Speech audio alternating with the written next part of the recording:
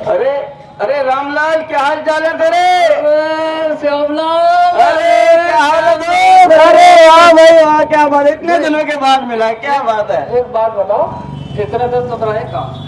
अरे मैं जो है दिल्ली गया था व्यापार करने के लिए, वहाँ कुछ चला नहीं तो मैं सोचा यहाँ पर एक डेयरी खोल लूँ मैं। यहाँ भैंसों की 50 भैंसे रखेंगे, दूध बेचेंगे, पनीर खाएंगे बढ़िया से एकदम, मलाई मक्खन एकदम मौज।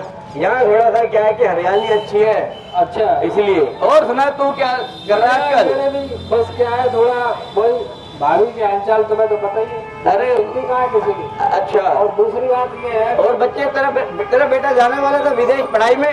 वो तो पढ़ाई कर रहा है। थोड़ा सा खर्चा की, अब तो जानते ही हो आजकल महंगाई का जमाना है। अच्छा, तो जो भी है वो सही चल रहा है, सब ठीक है। लेकिन यहाँ पे डेयरी कहाँ खोलने वाले हो? यही मैं बगल में खोलने वाला हूँ। यही ओछा में। और भाभी जी ठीक है? अब वो तो सब ठीक है, उसका तो ऐसे ही है, सब चलता है, आपको तो पता ही है। अरे यार, तेरी भाभी ने भी ना मेरा जीना आराम कर रखा है। सुबह से शाम तक काएं लगी रहती है, जिंदगी एकदम वैसे कर दी। सुबह से शुरू होती है, शाम तक मोटर चलती रहती है, और शाम का दिमाग की दही कर रही। और बेटा दारू पी पी के, जुए खेल के उसने सारा मेरा पैसे का सत्यानाश कर दिया। और वो मेरा बुढ़ा खुशट बाप, वो धरती पे बोल जाने का नाम ही नहीं ले रहा। बस खाता रहेगा, पड़ा हुआ कुछ काम है नहीं उसको। पर मैं तो जिंदगी से परेशान हो गया। मैं इसलिए उनको छोड़ के मैं यहाँ आया हूँ, थोड़ा सा काम धंधा करेंगे, अपना भैंस का डेयरी खोलेंगे और आराम से थोड़ी सुकून की जिंदगी जियो यार। मैं एक बात हमारे भी दिमाग में आ रही है, क्या? अगर तुम अपना बिजनेस यहाँ खोल रहे हो तो हमारा भी एक विचार है। क्या? मैं सोच रहा हूँ कि क्यों ना यहीं पे 2-4 एकड़ जमीन खरीद ली जाए ओछा में। क्या बात है, क्या कारोबार तो बढ़िया चलेगा ना। हाँ, अरे फसल यहाँ बहुत बढ़िया होती है। तू अपना एक काम कर, 10 एकड़ जमीन खरीद यहाँ पे, बढ़िया फसल कर। हाँ, बढ़िया आएगा, नाश तेरे घर से आ जाएगा, दूध पनीर मेरे यहाँ से आ जाएगा। हाँ। दोनों भाई अपना पुरानी जिंदगी अपना मौज से आखिरी के दिन जो है ना बुढ़ापे के सही काटे। ये आपने बात कही लाखों की। हाँ, ये है ना अच्छा, बात। अब वो तो सब बात ठीक है, लेकिन एक बात बताओ, भैंसे तो ले रहे हो और डेयरी भी खोल रहे हो। हाँ बिल्कुल खोल रहे हैं यार, तेरे लिए खोल रहे हैं। अरे भैंसे चुगने कहाँ जाएंगी? अरे भैंसे तो वो तो जानवर है, वो तो कहीं भी जा सकता है, इधर जा सकता है, इधर जा सकता है। पूरे दिन भैंसे खेतों में चलेंगी किसी के। अच्छा, और शाम को दूध मेरे यहाँ आके देंगे डेयरी में, अपना उसका पनीर निकाल के मैं तेरे को खिलाऊंगा। फिर तो सब ठीक है, वो तो जितना तो चलेगा, लेकिन आसपास खेत तो हमारे भी होंगे। अरे तेरे खेत होंगे तो क्या दिक्कत है? वो तो ये है कि वो तो दोस्त है तो मेरा, लंगोटिया यार, पुराना बचपन का दोस्त है तो मेरा। देखो, व्यवहार अलग चीज है, अच्छा, दोस्ती अलग चीज है अपनी। भाई धंधा बिजनेस में कोई किसी का व्यवहार नहीं होता है, भाई वो चीज बात अलग है। नहीं तो तू कहना क्या चाह रहा है वो बता मेरे को। मैं कहना ये चाह रहा हूँ कि अपनी भैंसों को उस हिसाब से ध्यान रखना है, हमारे खेतों की मेड़ पे नहीं पहुँचना चाहिए कोई भी भैंस। भाई वो भैंस तो भैंस है, वो भैंस को तो कहीं भी जा सके, तेरे खेत में भी जा सके, थोड़ा बहुत खा लेगी तो क्या दिक्कत है? तेरे को पनीर भी तो दे रहा हूँ मैं। अरे तो फसल भी तो बर्बाद हो जाएगी, अपनी तो पूरी फसल ही चली जाएगी, फायदा क्या है फिर? अरे देख तू यार, बचपन की दोस्ती में ना बीच में ये रोड़ा मत डाल तू। पता है रामलाल, ऐसे मत कर तू, ये गलत बात है। भाई, तू मेरा बचपन का दोस्त है, मेरी भैंस चली गई तेरे खेत में, क्या दिक्कत हो गई? महंगाई कितनी चल रही है पता है?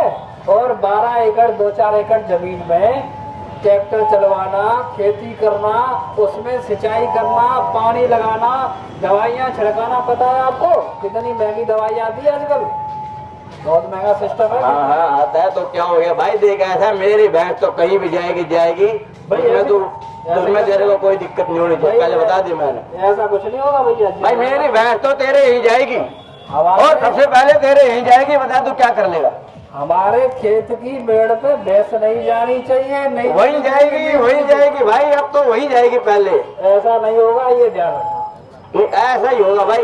भाई नहीं जाएगी, ऐसे कैसे आएगी भाई? फिर बात बिगड़ जाएगी। फिर देखो भाई, अभी फिर बात तोड़ दूंगा तुम्हारी दोनों। तू मेरी भैंस की टांग तोड़ेगा? भैंस की नहीं, तुम्हारी भी तोड़ देंगे हम दोनों। तेरी ये हिम्मत? जग गई तो तुम्हें तेरे खेत में आग लगा दूंगा, तेरे घर में आग लगाऊंगा, तेरे खानदान में आग लगाऊंगा। तू समझ क्या रखा तूने मेरे को? घर में आग छोड़ो, पूरे सब में आग लगा देंगे, पूरे खानदान में। तेरे को आज गांव शहर वालों, आज इसको बचा लो, एक खून मेरे हाथ से हो जाएगा, आज इसको मैं नहीं छोड़ूंगा। आज तेरी हिम्मत कैसे हो गई? मेरे खेत की मेरी भैंस तेरे यही जाएगी, तेरे खेत में आग लगा दूंगा, तेरे को छोड़ूंगा नहीं मैं। समझ के रखा तूने? अगर एक ही भैंस आ गई हमारे खेत की तरफ, क्यों रहे भैया आप लोग? क्या बात है, क्या हो गई बात? अरे मोहनलाल, अरे पुराना दोस्त, अरे मोहनलाल क्या हाल है भाई तेरे? अरे यार इसको तुम्हारे तुम क्या कर रहे हो आजकल? इसको समझा, ये रामलाल का दिमाग खराब हो गया है। ये कह रहा मेरी भैंस की टांग तोड़ेगा। अरे तो ये बताओ कि भैंस अभी है कि नहीं? भैंस तो खरीदूंगा मैं भी यहाँ पे। और आपके खेत है कि नहीं अभी? खेत तो ये भी खरीदेगा अभी। तो खामों खा लड़ाई क्यों कर रहे थे? ओहो यार, एक कुछ अभी है नहीं, फालतू में लड़ाई कर रहे थे। अरे मैं बताता किसी को तो हूँ, वोट करने अरे कहते हैं। मोहनलाल मैं ये बताता हूँ, सवेरे सवेरे मैं आ रहा था, तेरी भाभी से झगड़ा हुआ और सारा गुस्सा मैंने अपने रामलाल पे कहा। अरे मेरे दोस्त मुझे माफ कर दिया। गले में लगा, गले में लगा, बहुत बढ़िया। अरे ये बता, ये तू ये बिल्ला, ये ओम शांति लिखा, ये ओम शांति का ये क्या लगा रखा तूने? क्या है ये? खत्म करने का तरीका बताता है। कहते नारे ऐसी करनी करे नारायण बन जाए और नारे ऐसी करनी करे लक्ष्मी को पाए। सारे फसाद की जगह दे अभिमान, सारे फसाद की जगह दूसरों की कमियां देखना। हम खुद को अगर आत्मा समझे, परमात्मा पिता को याद करें तो सारे दुख खत्म। अगर डर को खत्म करना चाहते हो तो खुद को आत्मा समझो, और चिंता खत्म करना चाहते हो तो परमात्मा पिता को याद करो। उसको खुदा कहते हैं, उसी को वाहगुरु कहते हैं, उसी को ईश्वर कहते हैं, उसी को भगवान कहते भाई हैं। एक बात बता, तू इतना बड़ा ज्ञानी कब से? तेरी सिगरेट छूट गई? वो तो पीता था। हाँ वो तो छोड़ गई। अच्छा आज दीदी ने छुड़वाई सब सिगरेट। अच्छा। ये दीदियों के पास जाते हैं तो ये ज्ञान की देवी सरस्वती है, ये हमारे बुद्धि को ठीक कर देती है।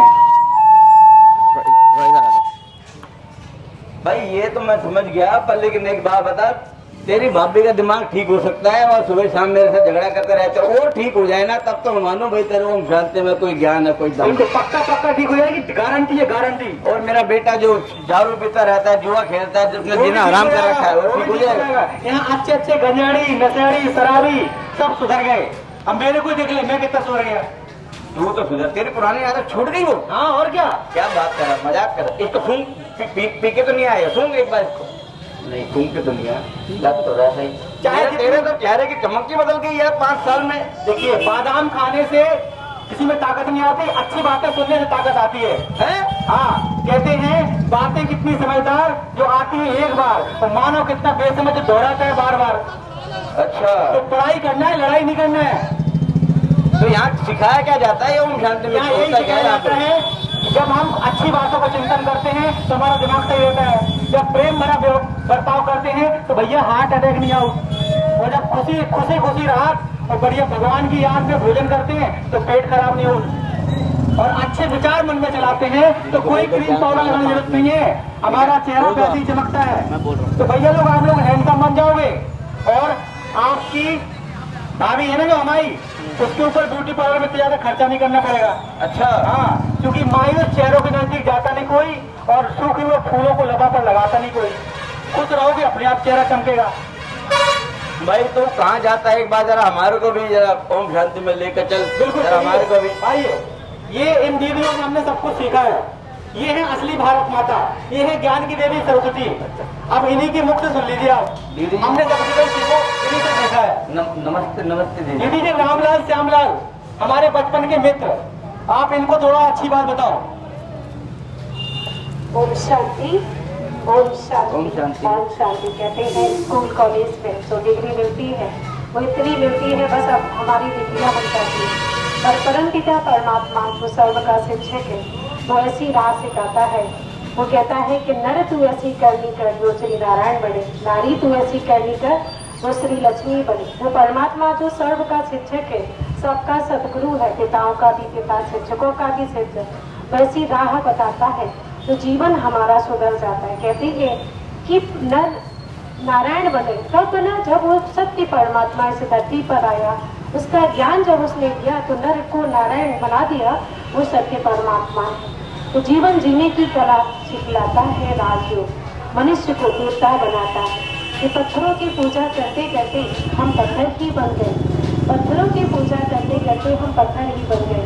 पर वो स्वयं परमात्मा पारसनाथ आए तो हम सभी मनुष्य आत्माओं की बुद्धि तो पत्थरों को पूज कर पत्थर जैसी हो गई। तो पारसनाथ के स्पर्श से हम सभी मनुष्य देव तुल्य बन जाते हैं। यही वो समय है जब भगवान शिव का इस धरती पर अवतरण हुआ है। वो 21 जन्मों की बादशाही में आया है। वो कहता है कि मंदिरों में जाते हैं घंटे चढ़ाते हैं। वो कहता है कि बच्चे तुम मुझे मंदिर में घंटे तो बहुत चढ़ाते हैं, पर मैं तुम्हें घंटे चढ़ाने, घंटे मांगने नहीं आया हूँ। मैं तुम्हारे बेल पत्र धतूरे खाने नहीं आया। तुम्हारे मन में जो कमी है, कमजोरी है, वो मुझे दे दो। सच्ची शिवरात्रि का वास्तविक अर्थ क्या है? बेल पत्र धतूरा, बेल हक हम जो चढ़ाते हैं, भगवान कहता है मैंने जो समय मांगा वो तुम मुझे दे दो। वो घंटा वो आपका कोई चुरा नहीं सकता है। भगवान कहता है तुम्हारे मन में जो किसी के प्रति बैर भाव है वो मुझे दे दो। कहते हैं कि गन्ना चढ़ाते हैं, गन्ने में कितनी गांठ है। भगवान कहता है तुम्हारे मन में कि व्यक्ति ने ऐसी बात कही है, वो मेरे मन में गांठ बन गई है। भगवान कहता है अपने मन की गांठें खोल दो कि रहे मन धागा प्रेम का मत तोड़ो चटकाए, जोड़े से जुड़त लाए, जुड़ी गांठ बन जाए। कि हमारे मन में किसी के प्रति जो गांठ लगी है उसको हम खोलें और गन्ने के समान मीठा बने, और किसी को ऐसी बात न कहे जो उसको कांटे की तरह चुभ जाए। तो ये सारी शिक्षा दी जाती है ब्रह्मा कुमारी ईश्वरी विश्वविद्यालय पर। हम सभी चाहते हैं कि हमारा घर ऐसा हो जहाँ दूसरे आए सुख शांति प्रेम का आनंद का अनुभव करें। हमारा घर ऐसा हो, हमारा घर मंदिर के समान हो। तो वो मंदिर कैसे बनेगा? वो स्वयं परमात्मा सिखाता है कि वो परमात्मा ही सर्वोच्च है, सर्वशक्तिमान है। कहते हैं कि पत्ते पत्ते को सींचने से फूल कभी खिला नहीं, पत्ते पत्ते को सींचने से फूल कभी खिला नहीं, बिन आत्मा के ज्ञान के परमात्मा कभी मिला नहीं। हर व्यक्ति कहता है कि भगवान कहाँ है कैसा है, उससे मिलाया जाए। पर परमात्मा कहता है संसार में सबसे बड़ी अगर कोई पहेली है तो यही है कि जो शक्ति इस शरीर में बैठी है उसको जब आप जान जाएंगे कौन बैठा है शरीर में।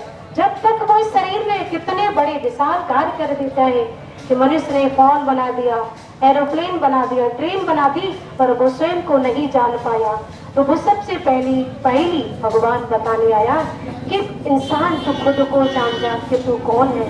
एक चैतन्य शक्ति हमारे शरीर पे विराजमान है, उसी से ये शरीर पूरा चल रहा है। और उस का पिता परम पिता श्री परमात्मा जो सर्वशक्तिमान है, जो शक्ति शरीर को चला रही है, जब उसको जान जाएंगे तो जो सारे संसार को चला रहा है उसको भी जाने जाएंगे। उसके बारे में गीता में भी उसने बोला कि यदा यदा ही धर्मस्य ग्लानिर्भरति भारत से अभ्युत्थान धर्म तदात्मनो सृजाय पवित्राणाय साधूनां विनाशाय दुष्कृता धर्म स्थापना अध्याय श्रम भवानी योगे योगी। हम सभी जानते हैं कि भगवान ने जो वायदा किया था कि कब मैं इस धरती पर आऊंगा, जब ये निशानियां दिखे कि घर घर पिक्चर हाउस हो जाए और एक कुएं में 4 कुएं का पानी समा जाए और वो 4 कुएं एक कुएं का पानी ना समा पाए। एक माँ बाप 4 बेटों को पाल देते हैं और वो बेटे माँ बाप को नहीं पाल पाते हैं, और कन्या अपने मुख से वर मांगने लगी। भारत भूमि ऐसी थी जहाँ स्वर्ग था, सोने की चिड़िया कहलाता था, जहाँ घी दूध की नदियां बहती थी। जब वो घी दूध सभी कुड़ियों में बेचने लगे तो समझ लेना कि भगवान का आने का समय हो गया है। तो वो कैसे आता है? पर काया प्रवेश करता है। जो उसने क्या कहा कि मैं जो हूँ जैसा हूँ स्वयं अपना परिचय देता हूँ, और मूढ़मती लोग मुझे तुच्छ जानकर गालियां देने लगती है, यदि कोई जान ही नहीं पाता है। तभी तो ऋषि मुनियों ने कहा कि प्रभु अनंत हरि कथा अनंता बहुविध कही ऋषि अनंता। तो प्रभु जो है स्वयं, उसको प्रभु क्यों बोला, अल्लाह क्यों बोला, खुदा क्यों बोला?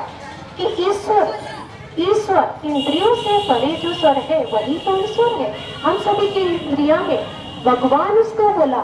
वासे भूमि वासे गगन वासे वाय आसे अग्नि नासे नीर, जो 5 तत्वों से जो न्यारा है वही तो ईश्वर है। कहते हैं सत्यम शिवम सुंदरम। सत्य क्या है? सत्य ही शिव है, वो ही सुंदर है। सत्य चित्त आनंद स्वरूप वो है, सत्य ही है, चैतन्य भी है, आनंद का वो सागर है, पतित पावन है, सबका सदगति दाता है, सभी मनुष्य आत्माओं की जीवन नैया को पार लगाने वाला है। कहते कि हिंदू मुस्लिम सिख ईसाई आपस में सब भाई भाई, तो किसके नाते हम सभी का पिता अलग अलग है, और हर मनुष्य आत्मा के 2 पिता हैं। एक है हमारा देहधारी पिता जिसने हमको जन्म दिया, और दूसरा है परमात्मा पिता जिसने हम सभी को बनाया।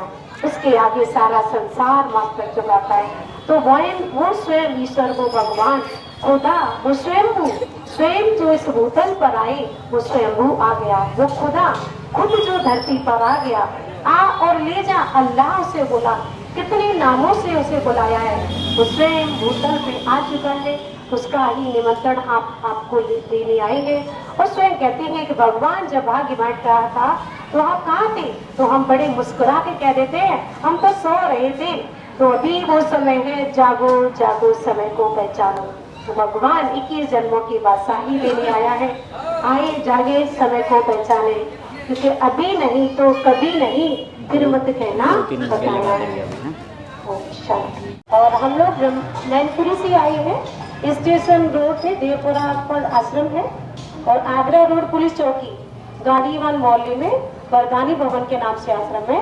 तो आप लोग वहीं पहुंचे। अभी तुरंत ही चमन ऋषि के आश्रम पर कार्यक्रम होने जा रहा है। यहाँ दीदी जी कुछ चढ़ावा, कुछ पैसे कितने का फीस होती है? यहाँ कोई फीस नहीं लगती है, क्योंकि हमने देखा है बचपन से देखा है, जब तक हमारा शरीर छूटता है हम भगवान के आगे झोली खाली करके खड़े हो जाते हैं। क्योंकि अभी कलयुग का अंत का समय चल रहा है। भगवान कहता है बच्चे, मुझे तुम्हारा कुछ नहीं चाहिए, जो कुछ तुमने लिया मेरे ही से तो लिया है। तो भगवान वो हमें देने आया, वो कुछ नहीं देता, वो बस समय मांगता है। ठीक है दीदी जी, कल मैं अपने परिवारजनों के साथ, बीवी बच्चों के साथ कल ही सुबह आश्रम आता हूँ। धन्यवाद आपका। ओम शांति, ओम शांति।